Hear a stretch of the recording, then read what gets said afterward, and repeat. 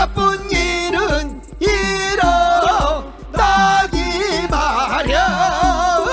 좋은 일이 일어나려면 정신줄 번쩍.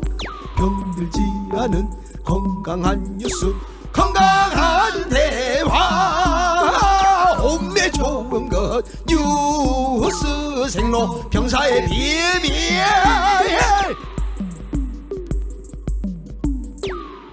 뉴스의 본질, 뉴스의 비밀을 파고드는 시간, 뉴스 생로병사의 비밀 시작합니다. 뉴스빙하 김민아 시사평론가, 뉴스화상 김수민 시사평론가, 어서 오세요. 반갑습니다. 안녕하세요. 예, 오늘은 모자 제대로 쓰셨네요. 네.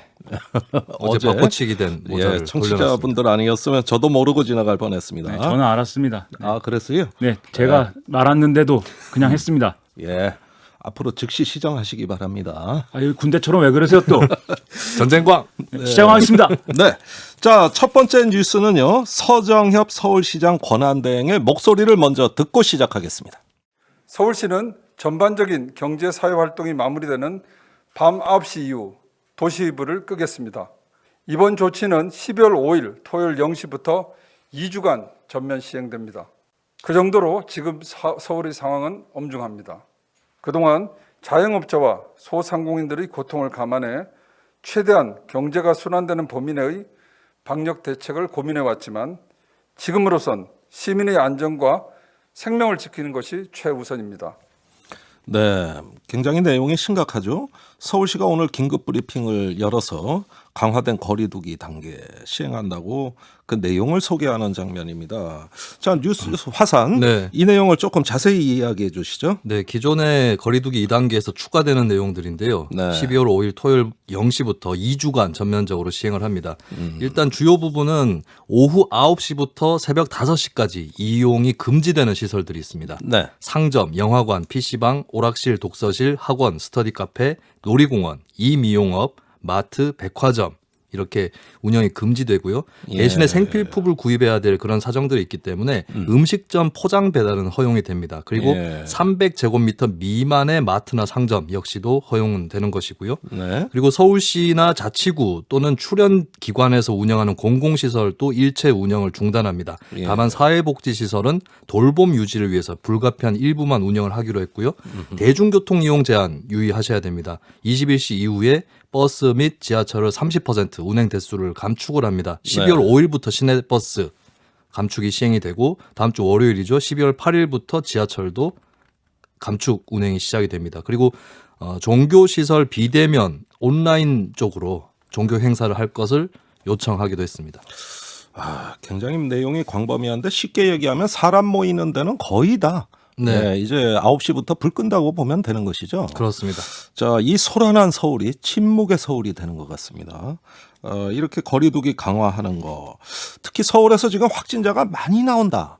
이것 때문 네. 아닙니까? 12월 3일 어제 하루 동안의 신규 확진자가 295명, 300명 육박하고 있는데 역대 최대치입니다. 오늘만 해도 0시부터 14시까지 확인을 해보니까 167명 추가로 네. 또 확진이 됐는데요.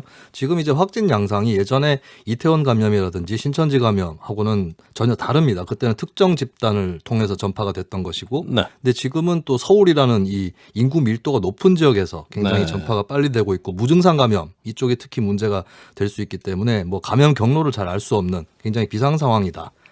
동시다발적으로 터지고 있다라고 볼 수 있고 이렇게 된 이상은 이제 진단 검사라든지 동선 추적 이렇게 상징되었던 K 방역으로는 한계가 있다. 거리두기 외에 답이 없다라는 그런 생각 때문에 당연히 이렇게 서울에서 대책을 내놓은 것으로 보입니다. 방역 당국의 고민이라고 하는 것들이 예를 들면 우리가 전형적으로 K 방역하면 빨리 확진자를 포착을 해서 그 확진자를 따라가서 접촉한 사람들을 다 검사해서 이제 이 감염의 고리를 끊어내는 게 K 방역 아닙니까? 네. 근데 지금 상황은 말씀하셨듯이 무증상 감염이 굉장히 광범위하게 이루어져 있는 걸로 보이고 그걸 이제 따라갈 때에는 이미 이제 다시 다른 소규모 감염으로 이제 퍼지고 있다는 거거든요. 그리고 네. 이제 자신이 확진자가 증상을 느껴서 검사를 받은 그 시점에 이미 다른 소규모 집단 감염으로 확진된 상황들이 계속 발생하고 있기 때문에 지금 방역이 이거를 못 따라가는 상황인 거고, 그러다 보니까는 지금 이렇게 거리 두기를 강화할 수밖에 없다, 이런 판단에 이르렀다는 겁니다. 그러니까 확진자 숫자 증가보다도 그 양상이 매우 우려스러운 상황이다. 네. 이렇다면은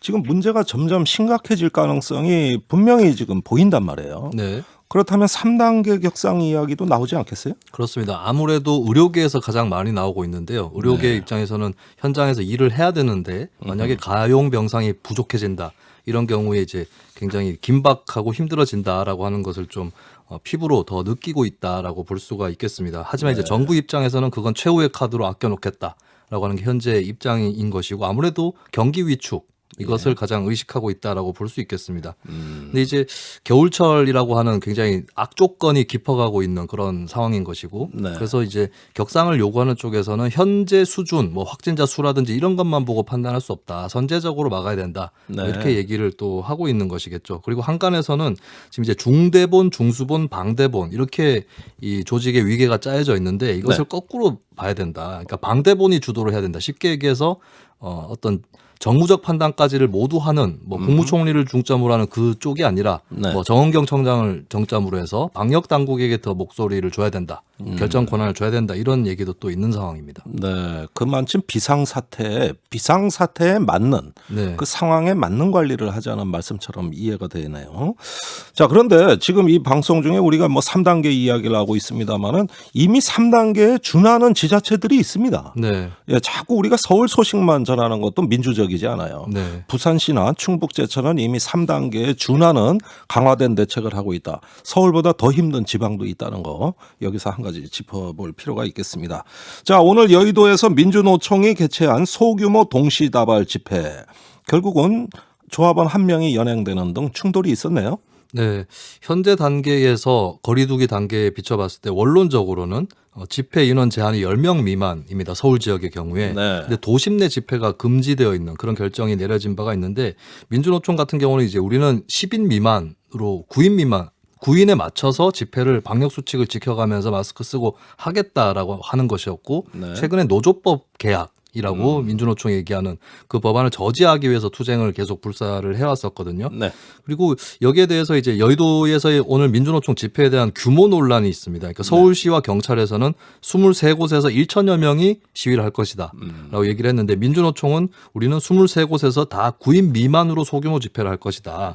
그러면 한 200여 명 정도 되는 건데, 서울시나 경찰이 규모를 부풀리고 있다, 우리에게 코로나 방역 실패 책임을 전가하고 있다, 이렇게 주장을 하고 있어서 계속 논란이 될 것 같습니다. 이게 코로나 시대이기 때문에 장기적으로 집회와 방역의 균형을 찾는 뭔가가 필요한 건 맞는데, 예. 저는 지금 상황에서 민주노총이 이런 방식으로 이제 방역의 책임을 떠넘기고 있다든지 이런 메시지를 이제 주는 것은 좋지 않다고 생각하고, 최대한 어떤 방역에 협조하는 모습은 보여야 됩니다. 1차적으로는 그런데 문제는 뭐냐면, 그렇다고 한다면 이 사람들이 집회를 하지 않아도 되는 환경을 만들어줘야 되거든요. 그건 뭐냐면, 기본적으로 집회를 한다는 건 뭐냐면 뭔가 알리고 싶은 게 있다는 겁니다. 그렇죠. 이 사람들이 왜 지난번에 파업을 이제 한다고 했고 지금 무엇에 분노하고 있는지 사실은 우리가 명확하게는 지금 얘기를 잘 이렇게 뉴스로 만들지 못하고 있는 상황인 거거든요. 네. 이 맥락을 오늘은 뭐 아니더라도 우리 김종대 뉴스업도 제대로 전할 수 있는 이런 기회가 좀 있으면 이분들에게도 도움이 되지 않을까 생각을 합니다. 그리고 사실은 형평의 문제가 하나 제기될 예. 수가 있는 것이, 현재 오늘 서울시에서도 대책을 발표를 했지만 종교 행사 같은 경우에는 비대면으로 하라라고 예. 권고를 했거든요. 네. 근데 야외에서 마스크를 쓰고 하는 집회를 10명 미만인데도 금지해도 되는가? 예. 이런 부분에 대해서는 형평의 문제는 제기될 수 있겠습니다. 네, 항상 이 문제가 지난번 개천절 이후로 지금까지 네. 계속 그 중심적인 논란이 되는 의제가 되고 있습니다. 자, 어쨌든 코로나 소식은 이 정도로 하고요. 계속해서 뉴스 화산이 전해주시는 그 소식이 오늘 개각 문제인데, 네. 우선 정만호 청와대 국민소통수석의 목소리부터 듣고 시작하겠습니다. 행정안전부 장관 후보자에는 전해철 국회의원, 보건복지부 장관 후보자에는 권덕철 한국보건산업진흥원장, 여성가족부 장관 후보자에는 정영애 한국여성재단 이사, 국토교통부 장관 후보자에는 변창흠 한국토지주택공사 사장을 지명했습니다. 네, 이미 뭐 브리핑에서 어떤 분들이 내정이 되셨는지는 네 개 부처 장관 후보자는 다 나온 것 같습니다. 어떻게 보셨어요? 네, 일단은 이제 왜 4개 부처에서 교체가 됐는가? 네. 예, 이 이유에 대해서 좀 관심이 모일 것 같은데요. 일단은 하나하나씩 좀 분석을 해보면 일단 전반적으로는 네. 예고된 개각이었다라고 예고됐다? 하는 거고 마침 최근에 대통령이나 여당 지지율이 떨어지고 있는 추세였었죠. 네. 분위기 쇄신이 필요했었다. 이렇게 평이하게 일단 짚어볼 수 있겠는데 각각을 좀 짚어보면 진영 행안부 장관 같은 경우는 본인이 물러나기를 바란다. 네. 라는 말이 계속 전해지고 있었습니다. 그래서 교체가 유력했었고요. 근데 조금 그래요? 더 들여다보면 그동안에 좀 매끄럽지 않은 부분들이 없지 않았어요. 행정수도 이전 관련해서 나는 상의한 적이 없다. 라고 하는 이게 굉장히 어떻게 보면 파장을 불러일으킬 수도 있는 말이었는데 다른 쪽의 뉴스가 너무 심각해서 그런지 넘어가기는 했었습니다. 예. 이 장관으로서의 역할에서 좀 역부족이었던 게 아닌가. 아무래도 네. 여권에선 좀 불편한 이야기를 했네요. 네. 예, 좀 신경줄을 건드리는 이야기 아닌가 싶은데. 그렇습니다. 그리고 여가부의 이종옥 장관 같은 경우는 최근에 여러 말실수들이 있었고 네. 급기야 여야 합의로 국회에서 발언을 제한당하는 무건수행을 강요받는 이게 그런 장관이 되고 말았죠. 일반적으로 야당이 네. 저 장관은 문제가 있으니 말을 못하게 합시다라고 하면 네. 야당이 그렇게 제의를 하면 여당이 아니 그게 무슨 말도 안 되는 조치입니까? 라고 반발해야 되는데 네. 이 경우는 그럽시다. 저 사람은 말을 안 하는 그렇죠. 게 좋은 것 같습니다라고 합의가 됐다는 것에서 송골매가 네. 된 거죠. 네, 그래, 이미 그래, 그게 좋겠다 이렇게 된 그래 거죠. 그래 그게 좋겠다 이렇게 네. 됐으니까 교체 대상이 될 수밖에 송골매까지 없는 나옵니까 것이죠. 그래. 그리고 김현미 장관 네. 교체 1순위로 꼽히긴 했었습니다. 부동산 정책 실패 논란 당연히 작용했을 거라고 보여지지만 하지만 청와대는 경질이 아니다. 그동안에 열심히 했고 네. 때가 돼서 이제 교체하는 것이다라는 뉘앙스로 또 이번에 얘기를 했습니다. 그렇고. 그리고 박능우 보건복지부 장관 같은 경우도 장수 장관이라서 네. 교체가 유력시 되었는데 한편으로는 또 코로나19 대응에서 정은경 청장하고는 좀 달리 좋은 평가를 못 받은 부분도 있었는데 아, 그런 그래요? 것도 좀 작용했다고 보여지지 않을까 싶습니다. 예, 문제는 그동안 이제 정치적으로 많이 공격받은 개각 대상으로 예상됐던 분들이 좀 빠져 있어요. 네. 홍남기 부총리 같은 경우는 본인이 사의까지 표명하신 분 아닙니까? 네. 예, 그래서 이번 기회에 좀 바꿔주는 게 어떠냐 하는 여론도 많았고요. 문제는 또 추미애 법무부 장관. 사실 지금은 또 바꿀 타임이 아니니까 네. 유임이 된 걸로 보입니다만 여전히 대상이 아닌가 하는 관측이 있죠. 강경화 장관 또 그 가족 문제로 한동안 네. 시끄러웠습니다. 그래서 이런 어떤 추가 개각이 있지 않을까 하는 관측도 있습니다. 네, 정세균 총리가 이미 작게 2번 할 수 있다라고 얘기를 했기 때문에 네. 이 방금 거론된 장관들이 계속 유임될 거다라고 단정 지을 수는 없을 것 같고요. 방심하면 안 되는구나. 네. 연말까지 긴장해서. 그렇죠. 그죠? 예. 그리고 추미애 장관 같은 경우는 윤석열 총장에 대해서 징계가 일단 나게 되면 네. 교체가 될 가능성도 있다라고 볼 수 있겠고 어허. 그리고 강경화 장관 같은 경우는 장수 장관이기 때문에 박능우 장관이나 뭐 김현미 장관과 비슷하게 교체될 가능성이 또 있을 겁니다. 네. 근데 홍남기 부총리 같은 경우 제 개인적으로는 이 맷집 좋게 대통령 대신에 많은 욕을 받아왔는데 네. 과연 교체될까? 좀 예. 비교적 교체 가능성이 떨어지지 않을까 이렇게 전망을 그러니까 해봅니다. 장관을 오래 하려면 맷집도 좋아야 되는 거군요. 네, 예. 앞에서 뭐- 방탄 역할을 그렇죠. 방탄 장관단. 홍남기 부총리는 장점이 뭐 맷집도 맷집이지만 또 정권과 그렇게 반대되는 뭐 충돌하는 이런 모습을 또 보이지 않았기 때문에 사실은 지금 최적의 어떤 장관의 어떤 요건을 갖고 있다 이렇게 볼 수가 있고 네. 추미애 장관의 경우에는 앞에 말씀하셨지만 분명히 추미애 장관 본인도 얘기했습니다. 검찰 개혁을 완수하면 뭔가를 할 수도 있다. 그리고 여권 내에서도 검찰 개혁을 완수하는 걸 전제로 교체할 수 있다 이런 얘기를 하고 있지 않습니까? 네. 그럼 이제 검찰 개혁의 완수가 뭐냐 이제 이 조건이 남은 거죠. 그래서 첫째로 공수처법 개정으로 퉁치는 것이냐, 네. 아니면 윤석열 총장 해임까지 하고 나서 이제 진행이 되는 것이냐, 아니면 공수처가 출범을 하는 것까지 보고하는 것이냐 이런 거를 종합적으로 봐서 어쨌든 교체 타이밍을 잡을 건데 네. 끝까지 가진 않겠죠 추미애 장관이. 그리고 외교부 장관은 제 생각에는 김종대 외교부 장관은 또 어떤가 이런 생각도 한번 해봤습니다. 아니 전 국방부 장관으로 거명됐었는데. 아니 그것은 이제 네. 지금 그건 또 의미가 있다고 생각을 합니다. 그래요? 이 비군 출신이 아닌 이제 국방부 장관도 예. 의미가 있다고 보는데 예. 그거보다는 지금 현실화되기 어려운 것 같고 외교부 장관 하시고 이 프로는 저희 둘이서 공동 진행하는 걸로. 좋은 생각입니다. 저는요 이 방송을 끝까지 지킬 겁니다. 네. 당분간 그런데 흔들리지 않습니다. 끝까지 지키고 그다음 장관이 되시는 걸로 네, 정치적 맹세를 하시는 겁니까? 몰아가겠습니다. 아 이게 참 제 얘기가 나오니 불편하네요. 자 어쨌든 자 이렇게 그 내정자들 한번 이렇게 면면을 좀 살펴보면서 네. 우리 이 하반기로 치닫는 문재인 정부의 국정 운영의 나침판이 어디로 향하냐 네. 한번 짚어보죠. 저는 종합적으로 정리를 해보자면 전열을 정비해 그대로 간다라고 네. 평가를 해보겠습니다. 아 이게 비밀이네. 네, 그리고 하나 더 있습니다. 김수현 코드가 보인다라고 하는 이게 것인데요. 뭐, 일단 보건복지부 내정자인 권덕철 내정자 같은 예. 경우는 보건의료정책실장 등을 포함해서 보건 관련한 경력들이 있습니다. 그래서 어허. 코로나19 시대에 보건 분야에 좀 더 중점을 둔 인사 아닌가 예. 이렇게 보여지고요. 그렇군요. 2007년에 청와대 선임행정관으로 당시 사회정책 비서관이었던 김수현 전 청와대 정책실장과 함께 일한 적이 있습니다. 예. 그리고 그럼 뭐 네. 잘 아는 사이겠네요. 그렇습니다. 예. 그리고 더 잘하는 사이일 것 같은 사람이 국토교통부의 변창흠 내정자인데요. 그렇습니까? 네, 김수현 전 실장이 여기를 나왔었죠. 한국도시연구소. 예. 여기서 소장을 지냈었고요. 예. 그래서 부동산 정책 기조는 물론 어떤 수정이라든지 또 첨가 이런 것들은 있겠지만 전체적인 방향, 그 가치관이랄까요? 예. 이런 것들은 유지될 것이다. 김수현 아하. 실장이 많은 영향을 끼쳤다는 건 모두가 알고 있는 사실이지 않습니까? 아니 그 대목에서 중요한 거는 네.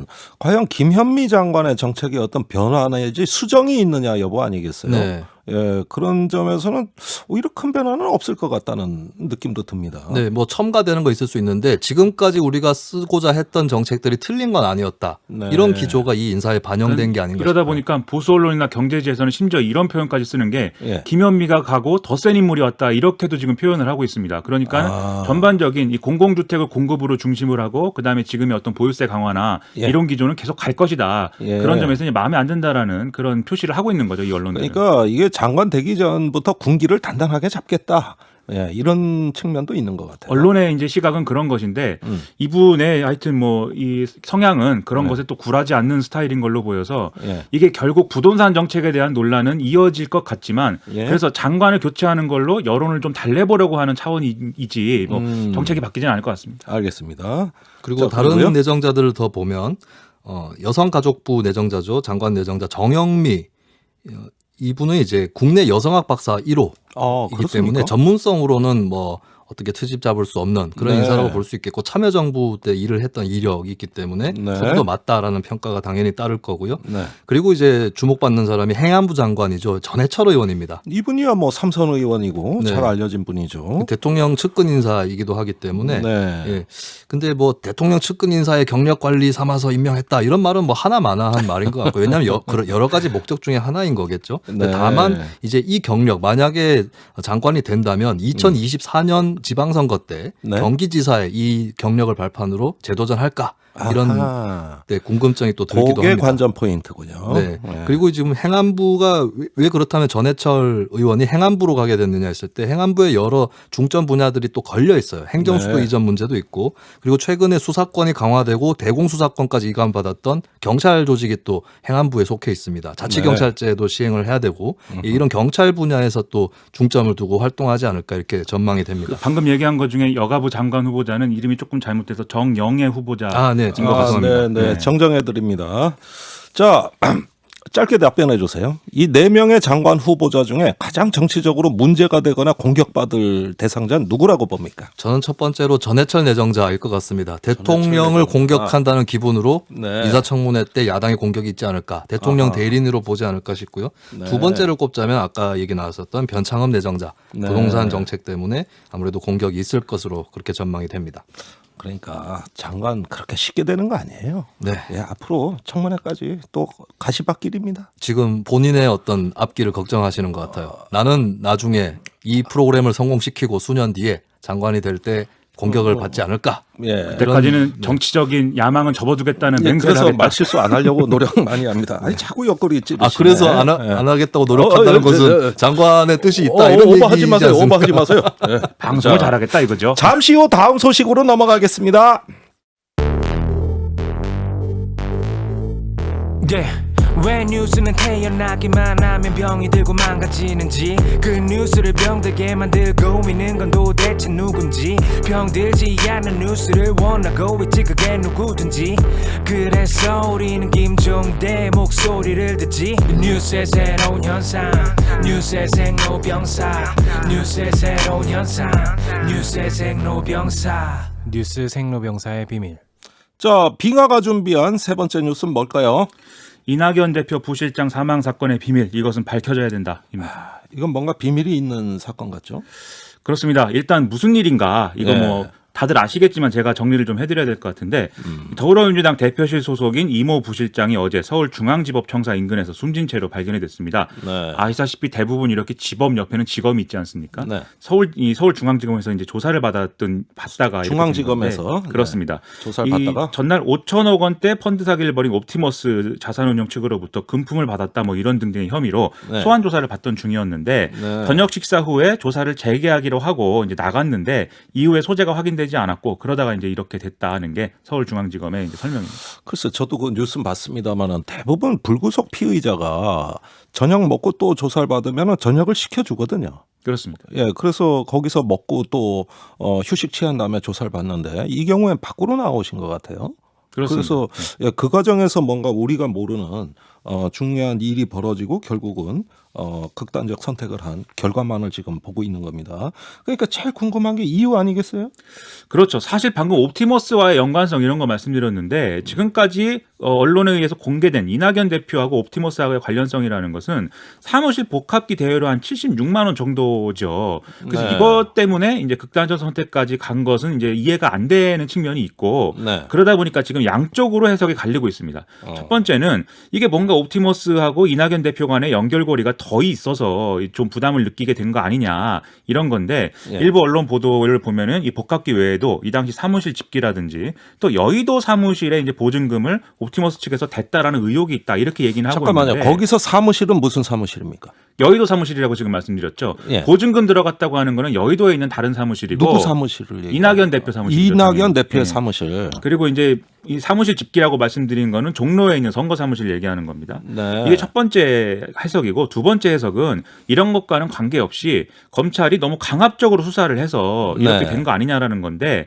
이 이모 씨는 이미 2014년에 전남지사 경선 과정에서 이 당비 대납 혐의 때문에 징역 1년 2개월의 실형을 선고받은 일이 있어서 네. 이것에 대해서 좀 큰 트라우마를 갖고 있는 그런 상황이었다고 하거든요. 예. 여기에 대해서 어떤 별건 수사 압력이라든지 이런 것들이 돼서 문제가 생긴 거 아니냐라는 건데 유족들은 이 뒷부분 후자의 해석을 지금 얘기를 하고 있습니다.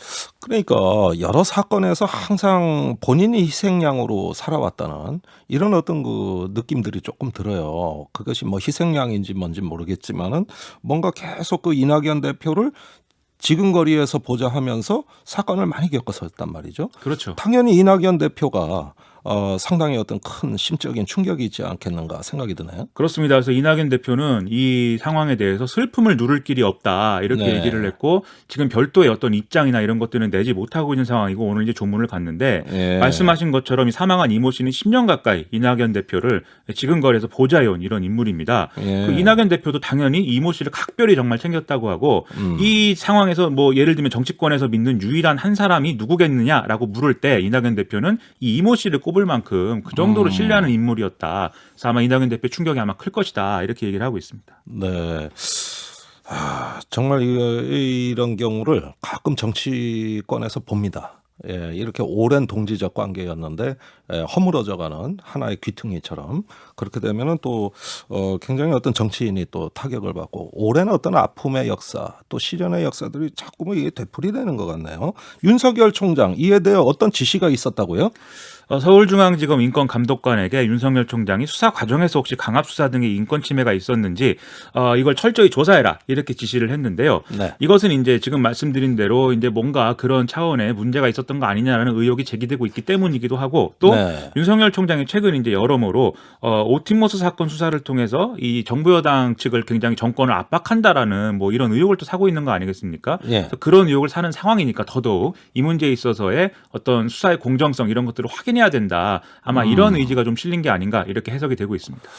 그렇군요. 그리고 그럼, 옵티머스 수사가 최근에 언론 보도를 보면 보도 절벽이다. 라고 할 정도의 좀 뜸한 새로운 사실이 안 나오고 있는 그런 상황이 그렇죠. 있거든요. 뭐 금방 뭐 끝장날 것처럼 하다 네. 요즘 뜸하네요. 근데 오히려 그것이 뭔가가 이제 태풍 전야와 같을 수도 있다라고 볼 수 있는 게 예. 얼마 전에 이제 그쪽의 로비스트 중에 한 명인 정영재 씨가 체포가 됐습니다. 네. 그런 과정에서 이제 수사가 더 진척이 되었을 수도 있고 삼엄하게 보안이 유지되고 있다라고 하는 증거일 수도 있는 거거든요. 네. 그런 상황에서 마지막 능선을 넘어야 되는데 이때 인권 침해라든지 이런 문제가 불거졌을 경우 수사는 굉장히 이제 치명적 타격을 받는 거기 때문에 이 부분을 짚고 넘어가지 않았을 수 없었을 것이다. 이렇게 볼 수 자, 있겠죠. 이 문제는 정치권과 관련된 대목을 이야기해 주신 거지만은 사실 이 수사의 본질은 여전히 그 은닉된 자금을 찾아 피해자를 최대한 구제하는 네. 예, 여기에 맞춰져야 되는데 항상 그 본질과 어긋난 방향으로만 이야기가 돼 왔어요.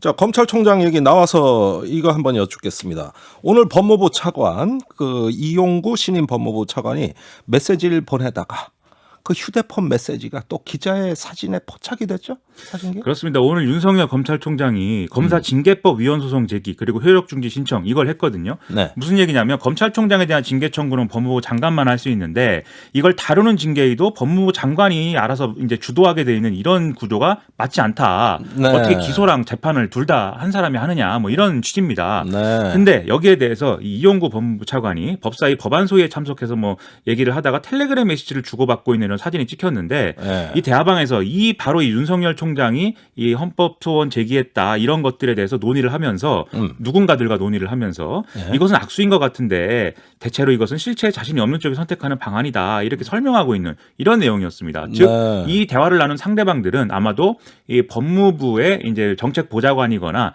법무부 장관 정책보좌관. 그렇죠. 네. 그다음 아니면은 이제 검사들 중에 소위 말하는 추미애 장관과 가까운 사이라고들 하는 그리고 이 감찰에 영향을 끼쳤다고 하는 이런 사람의 가능성이 지금 커 보여서 예. 결국 또 자기들끼리 징계위원회에 들어가는 사람과 예. 또 징계를 하도록 만든 사람들이 서로 따고 뭔가 징계에 대해서 논의하고 있는 게 아니냐 뭐 이런 의심이 커져가고 있다는 거죠. 아니 그럼 윤석열 총장 쪽에서는 그럴 거 아닙니까? 내가 뭘 했냐? 이렇게 불공정하다고 얘기 안 했냐? 네. 예, 이렇게 또 이야기할 만한 근거 하나가 나온 거네 이게. 1987 영화가 생각이 납니다. 예. 그래서 이렇게 이게 하겠죠. 결국 이게 우리가 죽음이라는 게 사실 우리가 진실을 알고 싶지 않은 죽음도 있고 알고 싶은 죽음도 있는데 이건 알고 싶은 죽음이거든요. 그런데 네. 이런 여러 가지 상황들이 검찰의 논란 그다음에 정치권의 논란 이런 것들이 진실을 못 밝히는 상황으로 갈까봐 제가 걱정이 됩니다. 알겠습니다. 아유, 하여간 검찰 소식 하루라도 저희가 다루지 않은 날이 없습니다. 언제까지 이렇게 충격적이고 어떤 그 역설적인 상황이 계속될지 안타깝습니다. 뉴스 생로병사의 비밀은 여기까지입니다. 뉴스 화상 김수민, 뉴스빙하 김민아 두 분 수고하셨습니다. 고맙습니다. 고맙습니다.